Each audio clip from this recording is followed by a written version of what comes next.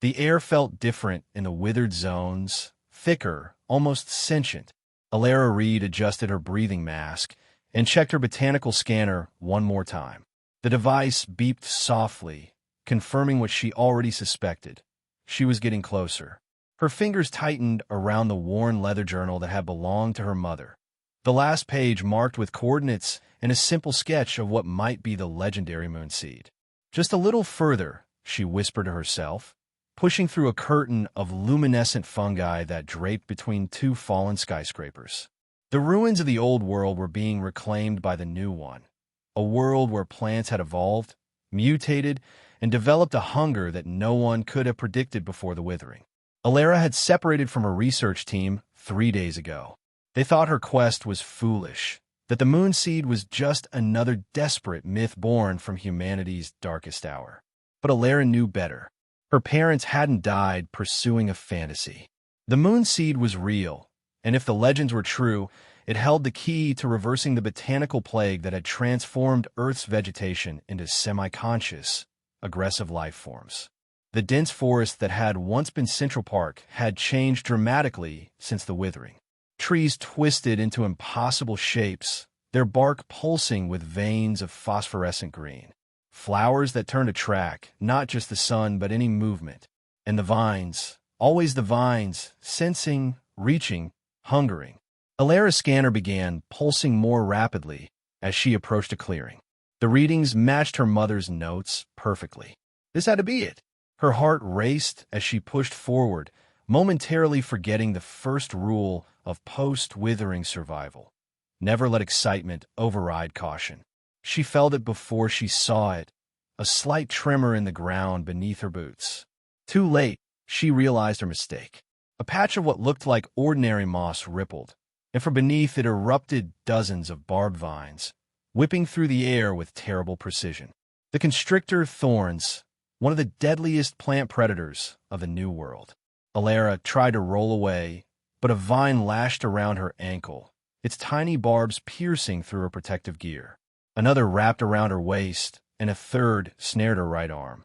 Each puncture delivered a specialized neurotoxin, not enough to kill immediately, but designed to paralyze prey while the vines slowly constricted.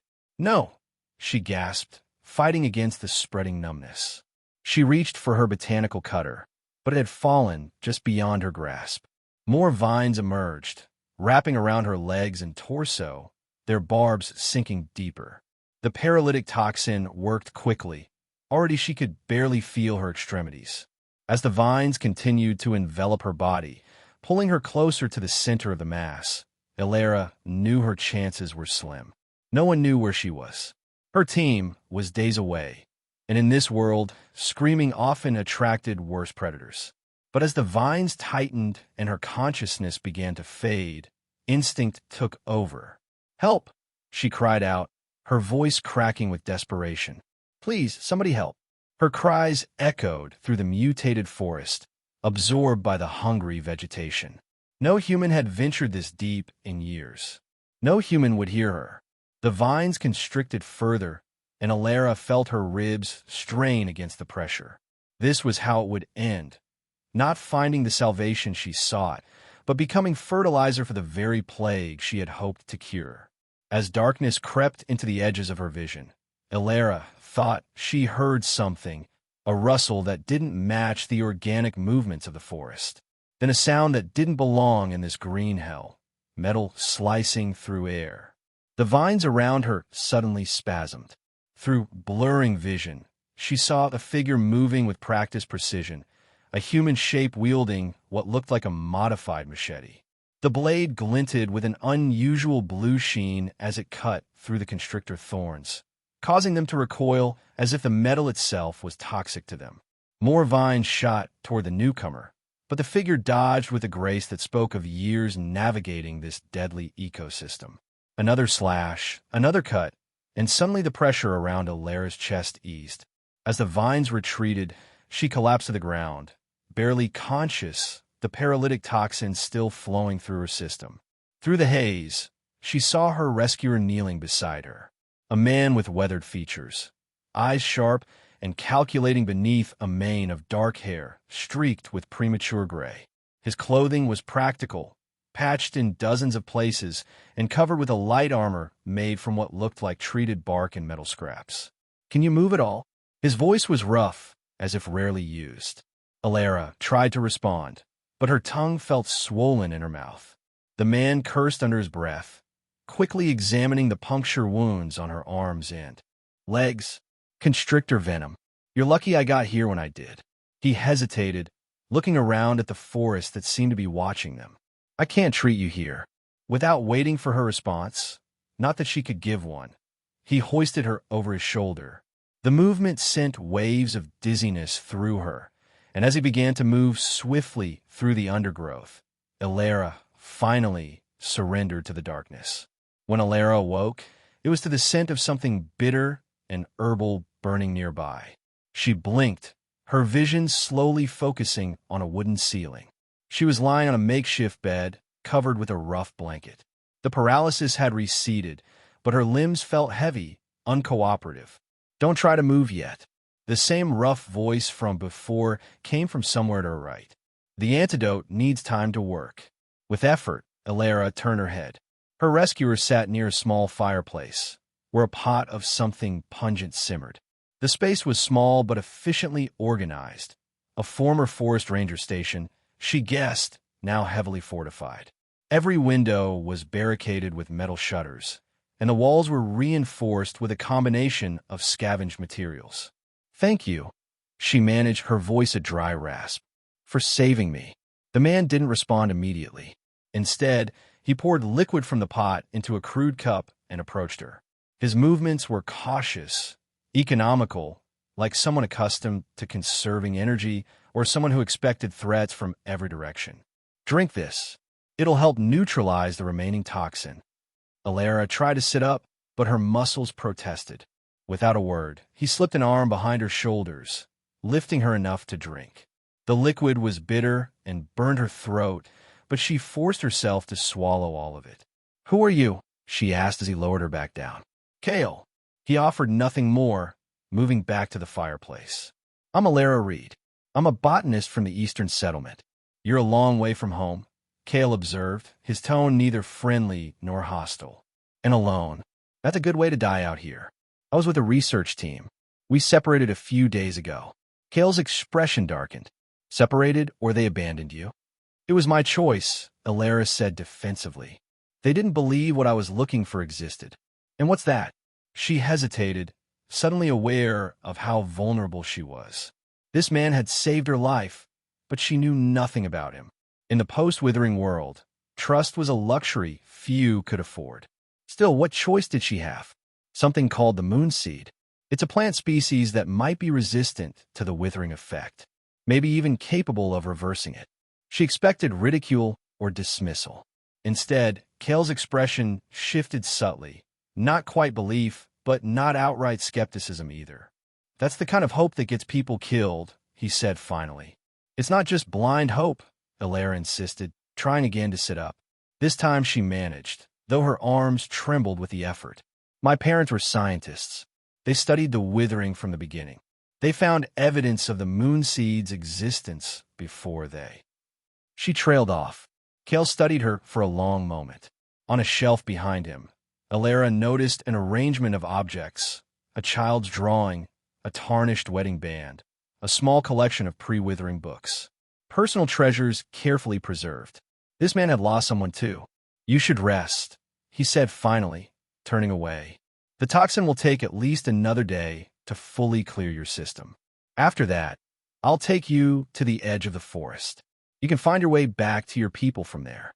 "I can't go back yet," Alara protested. "I was close. My scanner was picking up signatures that match my mother's data on the moonseed." "Your scanner is over there." Kale nodded toward her pack in the corner. "It's broken. The vines crushed it." Alara's heart sank. Without the scanner, finding the moonseed would be nearly impossible. Years of research, her parents' legacy, all potentially lost because of one careless moment. Kale must have read the devastation on her face. His stern expression softened slightly. "Get some rest, Alara Reed. We'll figure out the next step tomorrow." The next morning, Alara felt stronger. The heaviness in her limbs had receded, though the puncture wounds from the constrictor thorns still stung. She found Kale checking a wall of hand-drawn maps, making marks with a piece of charcoal. "How long have you been out here alone?" she asked, watching him work. Kale didn't look up. "Long enough. Most survivors live in settlements now. It's safer." "Is it?" Now, he did turn, his gray eyes challenging. "Your settlements have walls, but they're just delaying the inevitable. The withering doesn't stop. It adapts, evolves. I've seen entire communities vanish overnight because they thought they were safe." The bitterness in his voice told Alara all she needed to know. "Your settlement was lost." Kale's jaw tightened. "5 years ago, I was on a scouting mission. When I returned, there was nothing left but a tangle of red vines and bones." "I'm sorry," Alara said softly. Kale resumed his mapping. "Being sorry doesn't change anything. Being careful, being prepared, that's what keeps you alive. Is that all you want? Just to stay alive?" The question seemed to catch him off guard. He stared at her for a long moment before answering. "What else is there?" "Hope," Alara said simply. "The chance to rebuild, not just survive. That's what the moon seed represents." Kale shook his head, but Alara thought she saw something flicker in his eyes, a long-buried ember of the very hope he dismissed. "Your wounds need cleaning," he said, changing the subject. "And then you need to eat. Your body is still fighting the toxin." As Kale tended to her injuries with surprising gentleness, Alara studied his shelter more carefully. Beyond the maps and personal mementos, she noticed collections of plant samples carefully preserved and labeled. Field guides with handwritten notes in the margins. This man was more than just a survivor. He was a student of the changed world. "You've been studying them," she observed. "The mutated plants." Kale's hands paused momentarily. "Know your enemy, or understand a new form of life," Alara countered. "The withering changed plants, but it didn't make them evil. They're adapting, just like we are. Tell that to the constrictor thorns that nearly digested you yesterday." Alara winced, but pressed on. "My point is, your knowledge could be valuable. To everyone. In the settlements, we're trying to understand the new ecology, find ways to coexist, or even reverse the changes." "And how's that working out?" Kale asked dryly. "It's a process," Alara admitted. "But we've made progress. Some plant species respond to certain frequencies of sound. Others can be neutralized with specific mineral compounds. We're learning." Kale finished bandaging her arm, his expression thoughtful. "Your moonseed theory. You really believe it could work?" "I do," Alara said with conviction. "My parents documented cases of unaffected plant communities in remote locations. Islands of normality in the chaos. The moonseed was at the center of each one." Kale was silent for a long moment, seemingly weighing something in his mind. Finally, he stood and retrieved her damaged scanner. "I can't fix this," he said, turning the device over in his hands. "But I know this region better than anyone alive. If your moonseed exists here, I can help you find it." Alara's eyes widened in surprise. "You'll help me?" "Why?" Kale set the scanner down, his expression unreadable. "Because staying alive isn't enough. It never was." 2 days later, they set out. Alara's strength had returned, though Kale insisted she wear protective salve on her healing wounds, a concoction of his own making that masked her scent from predatory plants.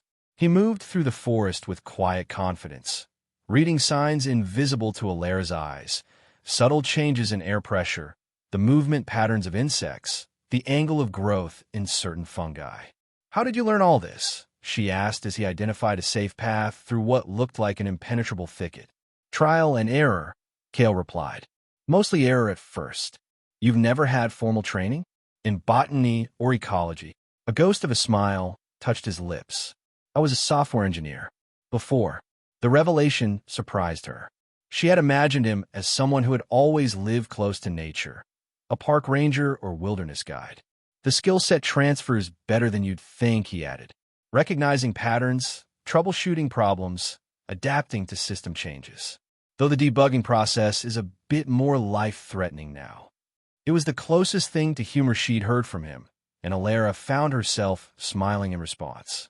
As they ventured deeper into uncharted territory, the landscape grew increasingly alien. They passed through a grove where the trees leaked a luminous blue sap that hardened into crystal-like formations. They skirted a field of flowers that tracked their movement like surveillance cameras, their petals emitting soft clicking sounds as they passed. Their first real test came when they encountered a wide ravine filled with dense fog. Except it wasn't fog at all, but millions of tiny spores suspended in the air. Hallucinogenic, Kale explained, studying the ravine from a safe distance. Breathe those in, and you'll be convinced the plants are your best friends.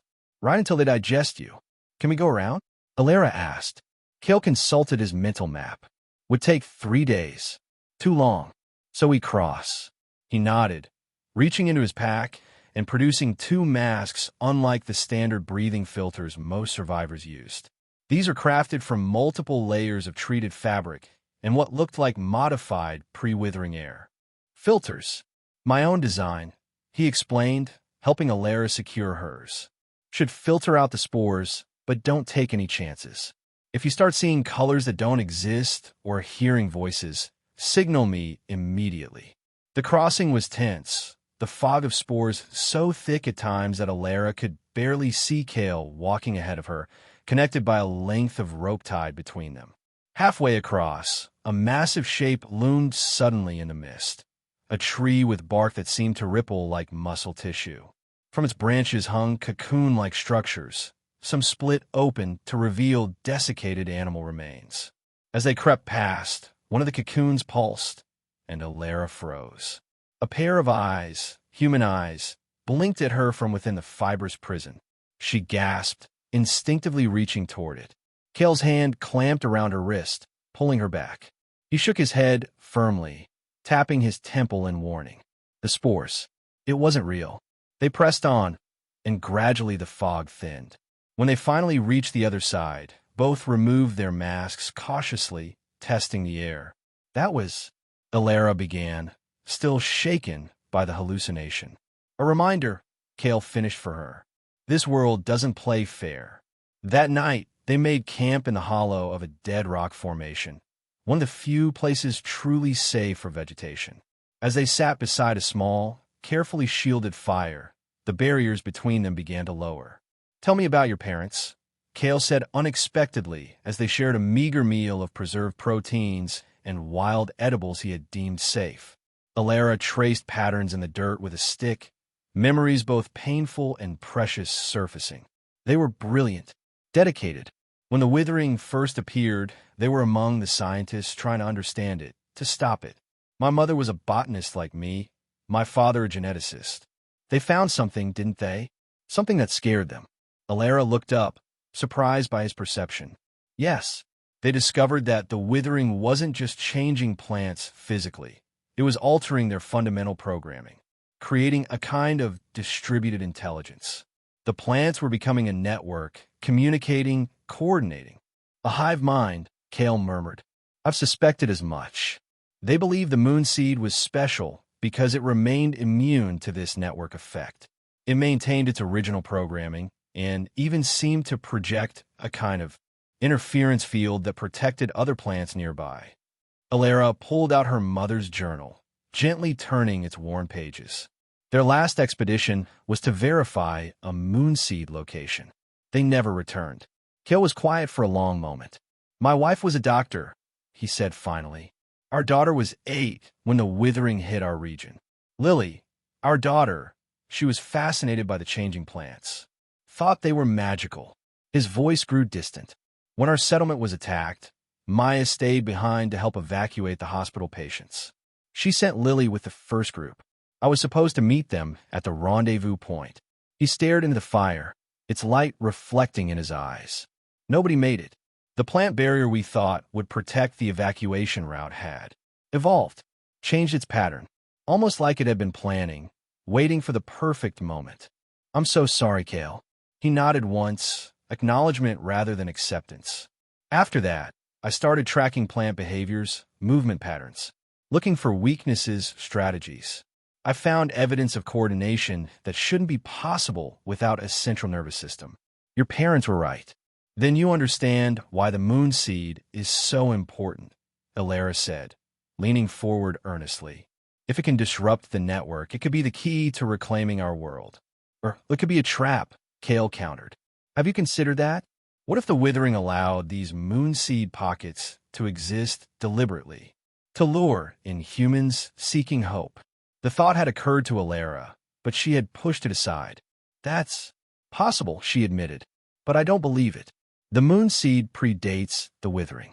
It's an ancient species with properties we don't fully understand. I think it's our best chance. Kale studied her face in the firelight. You have your mother's certainty in your eyes, he observed. I can see why your team couldn't talk you out of this. The next day brought new challenges. They encountered a silent forest where sound seemed to be absorbed by the very air, a disorienting experience that made communication nearly impossible. Kale taught Alara a series of hand signals, and together they navigated the unnatural quiet, ever watchful for the slightest movement in the canopy above. Near midday, they stumbled upon a clearing where the ground was covered in a carpet of crimson moss. Kale halted abruptly, raising his hand in warning. He pointed to the center of the clearing where a small animal, a rabbit, miraculously surviving in this changed world, lay motionless. As they watched, the moss around the animal began to pulse, darkening to a deep burgundy as it slowly enveloped the creature. Digestive enzymes, Alara realized with scientific detachment that barely masked her horror. Kale gestured for them to backtrack and find another route. As they turned to leave, Alara's foot caught on an exposed root. She stumbled, catching herself before falling, but her pack shifted, causing her water canteen to drop. It hit a rock with a loud clang that shattered the unnatural silence. Instantly, the crimson moss rippled, its attention diverted from the rabbit to the new sound. Tendrils of red began snaking toward them with alarming speed. Run! Kale mouthed, grabbing Alara's arm. They bolted through the trees, the silent forest suddenly alive with movement as every plant responded to their presence. Vines whipped down from above, roots erupted from below. It was as if the entire ecosystem had been lying in wait, perfectly still, until prey worthy of a coordinated attack appeared. Kale pulled Alara behind a massive fallen trunk, just as a spray of needle-like thorns embedded themselves in the deadwood. He pointed urgently ahead. Beyond a dense thicket lay what appeared to be the edge of the silent zone. If they could reach it, Alara nodded her understanding. Kale held up 3 fingers, counting down silently. On 0, they burst from cover, sprinting toward the thicket. The undergrowth came alive around them, grabbing at their ankles, slashing at exposed skin. Alara felt something wrap around her calf and kicked frantically, tearing free but losing her balance in the process. As she fell, she saw Kale turn back for her, his eyes widening at something behind her. Before she could react, he tackled her, rolling them both aside as a massive, toothy bulb, like a Venus flytrap the size of a washing machine, snapped shut where she had been about to land. They scrambled to their feet and made the final push through the thicket, branches and thorns tearing at their clothing. And then, suddenly, sound returned, the normal sounds of wind and distant animal calls. They had made it. Both collapsed, breathing heavily. Alara examined a deep cut on her forearm, where a thorn had sliced through her protective sleeve. Here, Kale said between breaths, reaching for his pack. Let me. He treated the wound with practiced efficiency, applying a poultice that stung briefly before numbing the area. His hands were steady despite their narrow escape. Thank you, Alara said, for coming back for me. Kale met her eyes, something unspoken passing between them. We're partners now, he said simply. We watch out for each other. The admission that they had become more than reluctant traveling companions hung in the air between them.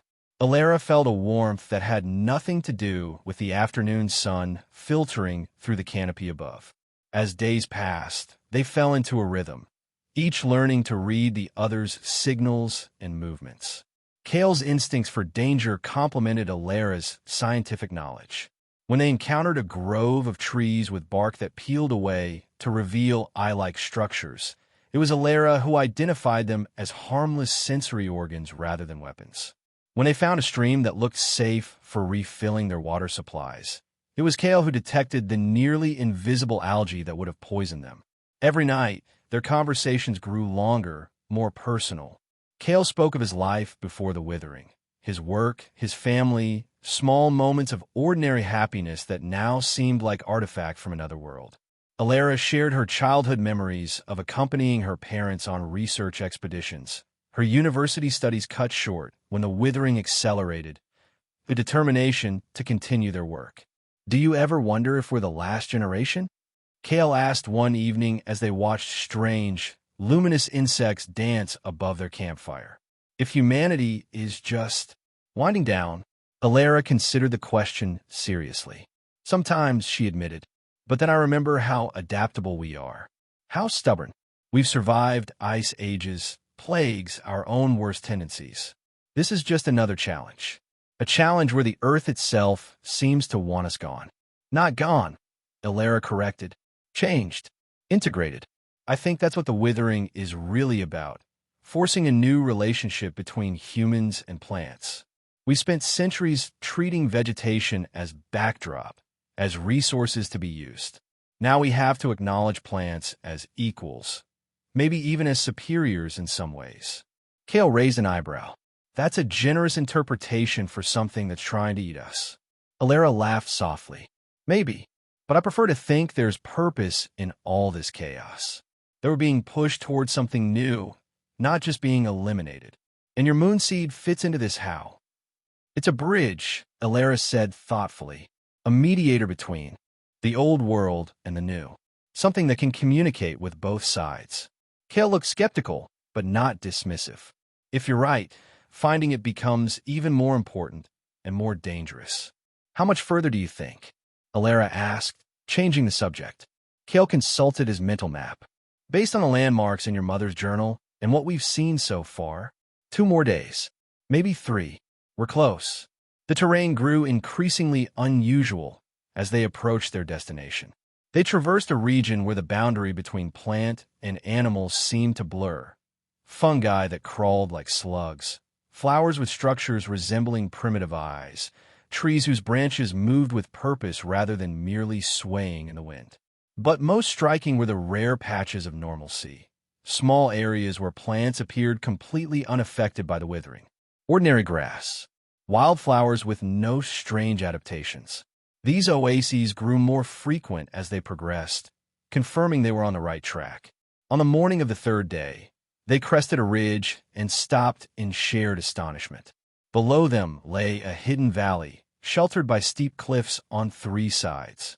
Unlike the chaotic, aggressive vegetation they had been navigating for weeks, this valley contained an orderly ecosystem that appeared largely untouched by the withering. At its center stood an enormous tree, its trunk at least 30 feet in diameter, its canopy spreading wide in a perfect circle. Even from a distance, there was something extraordinary about it, a subtle luminescence that seemed to pulse with life. "The mother tree," Alara whispered, her voice filled with wonder. "Just like in my mother's journal." Kale stared at the valley with a mix of awe and suspicion. "It's too perfect," he muttered, "like a painting of what the world used to be." As they made their way down toward the valley floor, something shifted in the forest behind them. Alara turned to see plants bending away, creating a path, almost as if the vegetation was deliberately making way for them. "Kale," she said nervously, "are you seeing this?" He nodded grimly. "We're being guided, or herded." They proceeded cautiously into the valley. The air felt different here, cleaner, charged with an energy that made the hair on Alara's arm stand up. The normal plants showed no aggression, no unusual movement. It was as if they had stepped back in time to before the withering. When they were halfway to the mother tree, figures emerged from the surrounding forest. Humans dressed in clothing made from untreated plant fibers, their skin decorated with patterns of natural dye. They carried spears fashioned from wood and stone, pointed menacingly at the newcomers. "Outsiders," one of them said, a tall woman with intricate markings across her face. You do not belong here. Kale moved protectively closer to Alara, his hand drifting toward his weapon, but Alara placed a restraining hand on his arm. We've come seeking the moonseed, she said clearly. My parents were researchers who studied it before the withering fully took hold. Their names were Astor and Julian Reed. The woman's eyes widened slightly at the names. She exchanged glances with the others before addressing them again. The Reeds. Yes. They came here many seasons ago. You knew them? Alara asked, hope surging within her. They sought understanding. As you do. The woman studied Alara intently. I see them in your face. Please, Alara said. I need to continue their work. The world outside is being consumed by the withering. The moonseed might be our only hope. The woman, clearly the leader, considered this. Why should we trust you with our sacred protector? The outside world abused nature's gifts before. Why would now be different? Kale stepped forward, surprising Alara. Because we've learned our lesson, he said firmly. We've seen what happens when the balance is broken. We don't want to exploit the moonseed. We want to learn from it, to restore harmony. His sincerity seemed to reach the leader. After a long moment, she nodded. You will come with us. The mother tree will decide if your intentions are worthy. They were escorted through the valley to the base of the enormous tree. Up close, its bark shimmered with patterns that seemed almost like writing, complex whorls and lines that shifted subtly as Alara watched. We are the keepers, the leader explained as they walked. Our ancestors were botanists, ecologists, indigenous wisdom keepers, people who understood the old ways of living in balance with plants. When the withering began, the mother tree called to those who could hear, drawing them to this protected valley. How is this place shielded from the withering? Alara asked, her scientific curiosity overwhelming her apprehension. The moonseed grows here in harmony with the mother tree. Together, they create a field that repels the withering's influence. The leader gestured to small, silvery plants growing around the tree's base. What you seek is not just a plant, but a relationship, a covenant between species. They were brought to a circle of stones before the mother tree. The keepers formed a ring around them, chanting in low voices. The leader approached with a bowl containing a cloudy liquid. To commune with the mother tree, you must open your minds, she explained. This tea will help you perceive what ordinary senses cannot. Kale tensed. A hallucinogen? No way. We've seen what plant toxins can do. The leader remained calm. This is not deception or attack. It is communication. The mother tree cannot speak to you in human language. This allows translation. Alara looked at the bowl, then at Kale. I trust them, she said quietly, and I don't think we have a choice. After a moment's hesitation, Kale nodded reluctantly. Together, he insisted. They drank the bitter liquid, and for several minutes, nothing seemed to happen. Then, gradually, Alara's perception began to shift. The mother tree's bark patterns became more pronounced, pulsing with meaning. The air between the trees seemed to thicken, revealing filaments of energy connecting all living things in the valley. And then the test began. Alara found herself standing alone in a withered landscape. The valley transformed into a dead zone. The mother tree was blackened, lifeless. At her feet lay her parents' bodies, their hands reaching toward a withered moonseed plant. This is what failure looks like, a voice whispered around her. This is what you fear. Yes, Alara acknowledged, fighting the urge to turn away from the nightmarish vision. I fear failing them, failing everyone. Why do you seek the moonseed? The voice asked. For knowledge? For power? For redemption? Alara considered the question carefully, understanding its importance. For balance, she answered finally. Not to control nature, but to restore conversation between worlds that have stopped listening to each other. The vision shifted. Now she stood in a laboratory surrounded by equipment. The moonseed sat in a sterile container, its energy dimmed by isolation. Would you take it from its home? Study it, replicate it, without understanding its soul? No, Alara said firmly. I would learn from it, carry its message, not just its seeds. I'm not looking for a miracle cure to make everything like it was before. That world is gone. I'm looking for a new way forward. The vision dissolved, replaced by a new one. Elara standing with Kale in a small clearing. Between them, a young plant sprouted, its leaves catching moonlight. Around it, other plants grew in harmony, some changed by the withering, others not, but coexisting. This is what hope looks like, the voice said. This is what you seek. Yes, Elara whispered. A new beginning. A chance to try again. Elsewhere, in his own vision, Kale faced his deepest fears. He stood amid the ruins of his settlement, surrounded by the twisted vegetation that had destroyed everything he loved. The ghostly forms of his wife and daughter stood before him, their eyes accusing. You abandoned us, they seemed to say. You survived while we perished. Kale fell to his knees, the guilt he had carried for years overwhelming him. Yes, he admitted to the empty air, to the watching presence he could sense. I survived. I shouldn't have, but I did. And what have you done with this survival? The voice of the mother tree asked. Hidden away? Waited for death to find you. I try to understand, Kale argued. To learn the enemy's weaknesses. Not an enemy, the voice corrected. A transformation. Life adapting. As you must adapt. The accusatory visions of his family softened, their expressions changing from blame to understanding. You survived for a reason, his wife's apparition said gently. Not to carry guilt, but to build something new. What can I build? Kale asked bitterly. One man against a transformed world. Not alone. The vision changed, showing Elara standing beside him, both of them planting seedlings in fresh soil. And not against. With. Kale felt something break loose inside him. A dam of grief and isolation crumbling away. I'm afraid to hope again, he admitted. Hope is what destroys you when it's taken away. Without hope, there's only existing, not living. The mother tree's voice resonated. You have existed long enough, Kale. Are you ready to live again? He looked at the vision of Elara, at the future that might be possible, and for the first time in years, he allowed himself to want it. Yes, he whispered. I'm ready. When the visions faded and Elara and Kale returned to ordinary consciousness, they found themselves sitting at the base of the mother tree, hands clasped tightly together.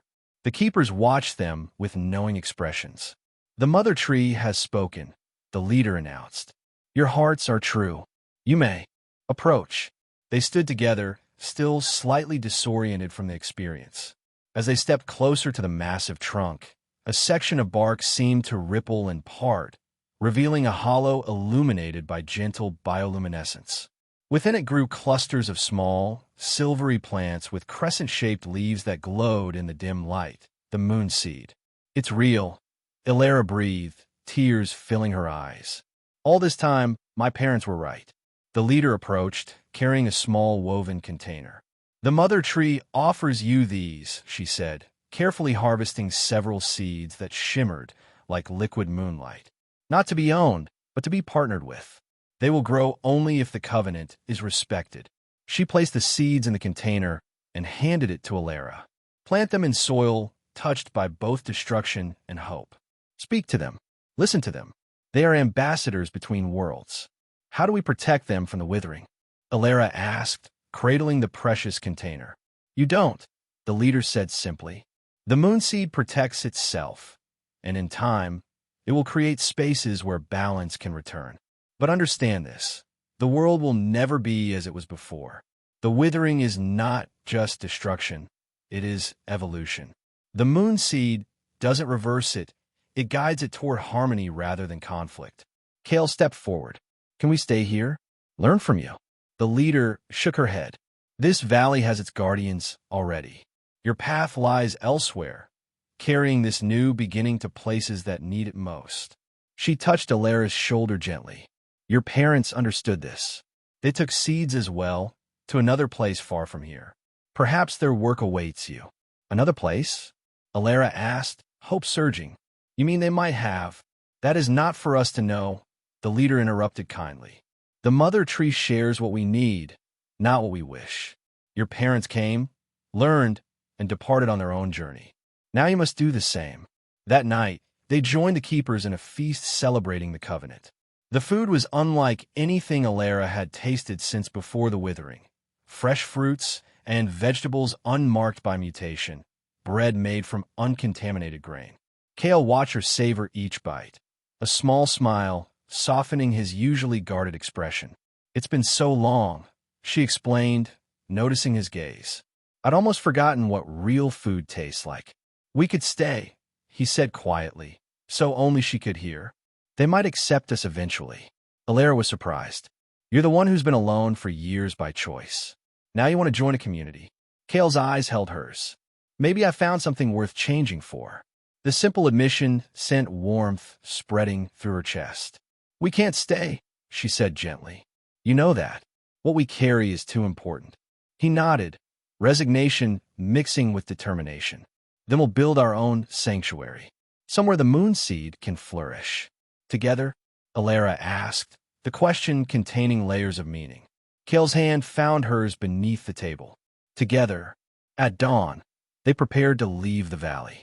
The keepers provided them with supplies, food, medicines, and special containers to protect the moon seed during transport. The leader offered final instructions on caring for the precious plants, then handed Alara a small journal bound in treated leaves. "Your mother left this," she explained. "She asked that it be given to whoever came seeking the truth of the moon seed." Alara accepted the journal with trembling hands. Inside, she found her mother's familiar handwriting, observations, theories, and maps to other potential moonseed locations. "She knew," Alara whispered, tracing the words with her fingertips. "She knew someone would continue their work. She hoped it would be you," the leader said kindly. "The mother tree remembers all who commune with it. Your mother spoke of you often, with renewed purpose and precious cargo." Alara and Kale bid farewell to the valley and its guardians. The return journey would be dangerous, perhaps more so than their arrival, as the withering might sense the presence of the moon seed. But they were better prepared now, both physically and spiritually. As they climbed the ridge overlooking the valley, Alara paused for one last look at the mother tree. "We'll succeed," she promised quietly. "We'll create new beginnings." Kale stood beside her, his hand finding hers naturally now, one seed at a time. The journey back through the transformed wilderness was as challenging as they had anticipated.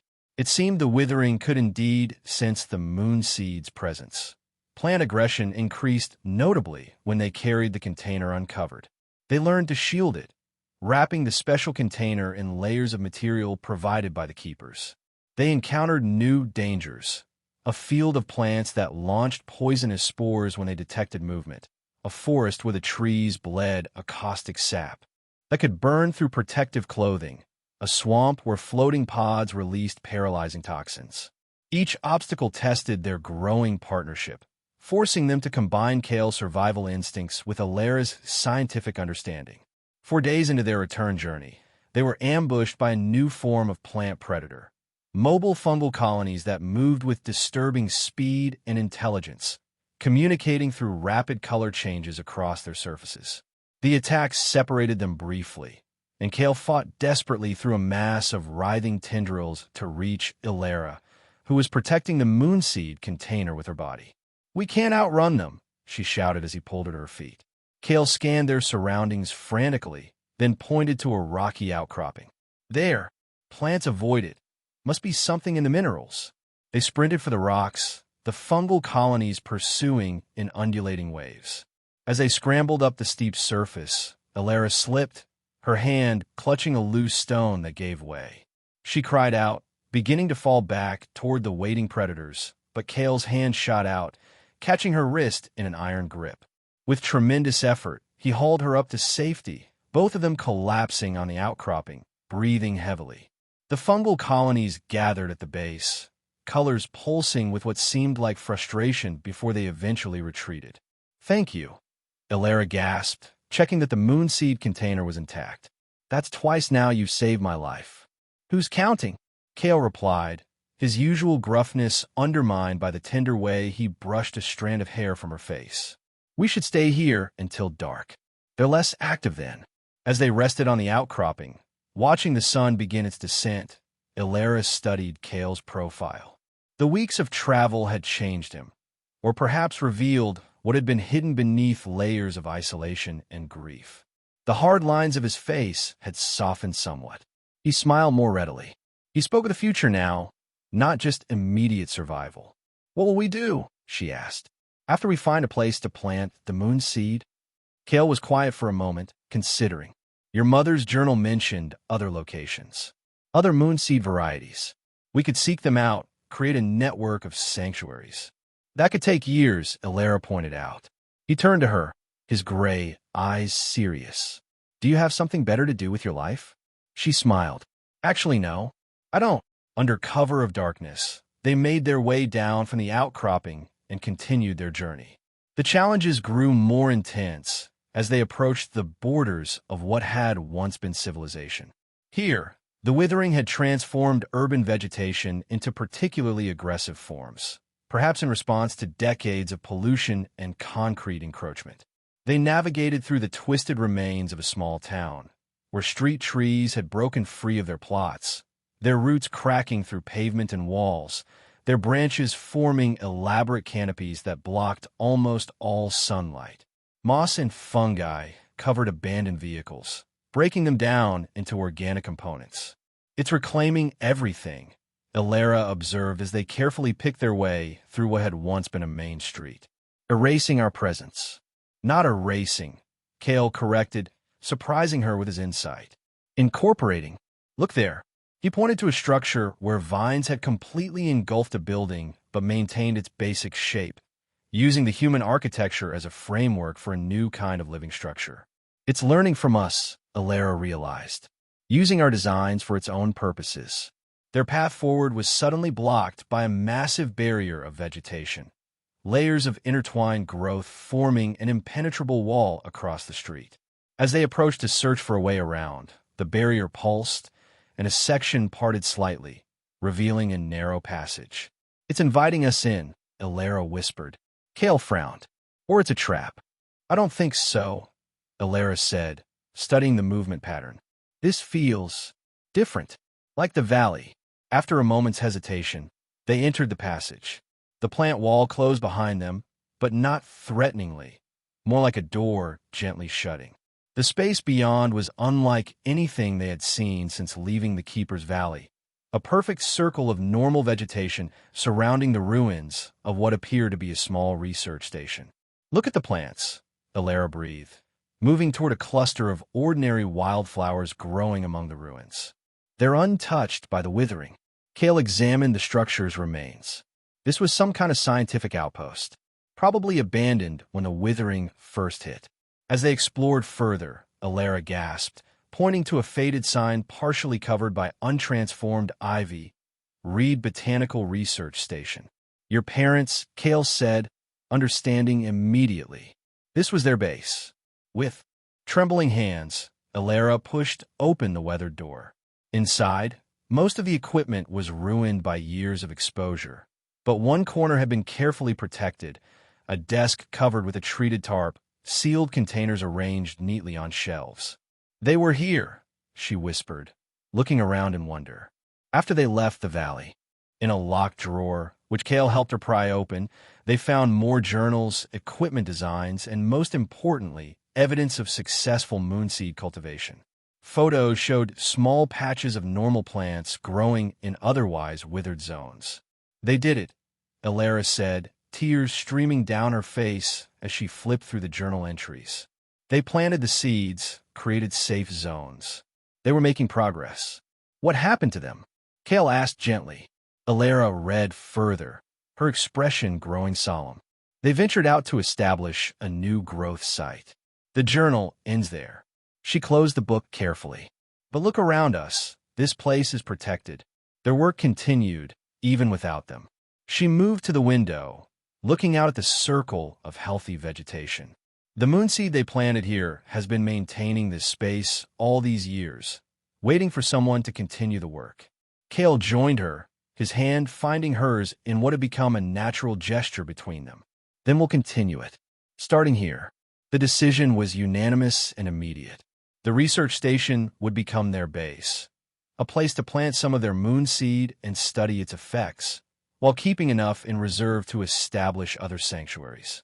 The structure needed repairs, but Kale's survival skills included basic construction, and many of the materials they needed could be found in the abandoned town.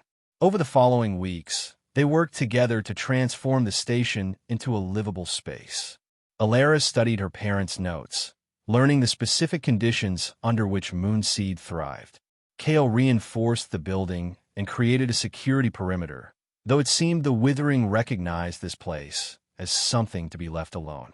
In a small clearing behind the station, they held a simple ceremony before planting their first Moonseed, honoring the keeper's traditions and acknowledging the covenant they were entering into. Kale surprised Alara by fashioning small tokens from materials found in the forest. A necklace for her with a pendant shaped like a crescent moon, a similar one for himself. In the old world, this would be more meaningful, he said awkwardly as he placed the necklace around her neck. But I want you to know that whatever happens, whatever we face, I'm with you. Not just for the mission, but for you. Alara touched the pendant, then reached up to touch his face, the face that had become so dear to her in such a short time. I know, she said simply, before rising on her toes to kiss him. Together, they planted the first seeds, patting the soil gently over them. Within days, tiny silver shoots emerged, their gentle glow visible at night. Within weeks, the protected area around the station expanded visibly, the boundary between withered and normal vegetation pushing outward like a slowly advancing tide. One evening, as they sat on the repaired porch of the station, watching the sunset over their expanding sanctuary, Alara leaned against Kale's shoulder. "Do you think we'll see it?" she asked. A world in balance again. Kale considered this, his arm around her shoulders. "Not like before," he said honestly, "but something new, something better, maybe a world where we remember we're part of nature, not separate from it." "It will take generations," Alara acknowledged. "Then we'd better get started on the next one," Kale replied with a small smile. "Someone will need to continue this work after us." Alara looked up at him, love and purpose filling her heart in equal measure. "Is that a proposal, Kale?" He kissed her forehead gently. "Call it covenant. Between us and the future." In the growing darkness, the moonseed plants began to glow more brightly, their silver light illuminating the first fruits of Alara and Kale's labor. A small but expanding circle of harmony in a transformed world. It wasn't the end of their journey, but rather the true beginning.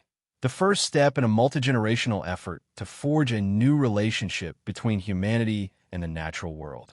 As stars appeared overhead, they discussed their plans for the coming months, establishing more sanctuaries, reaching out to find other survivors, creating a network of moonseed havens that might one day connect and expand.